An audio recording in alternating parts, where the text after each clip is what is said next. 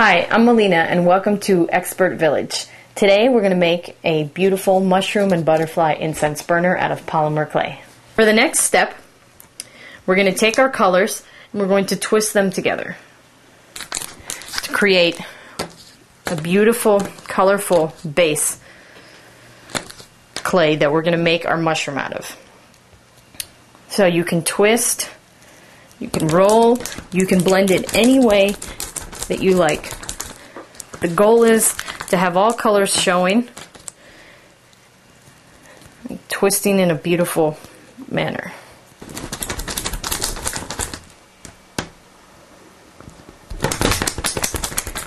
You don't want to do a lot of smushing, because if you're trying to combine colors in a way to have all the colors showing and you start smushing, you're just going to blend them. The goal right now is to not blend them. The goal right now is to make them stick together, to combine, to make a layered type of look. You don't want to blend them together like how we were blending before. So just be careful. Don't go crazy smushing. You know, as you roll something together, stop and look at it and make sure that you're not overdoing it. So I think that this is really beautiful, the stripes pattern right here.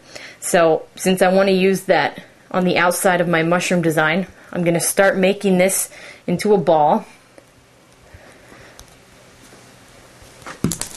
And eventually, I'm going to roll it into a ball.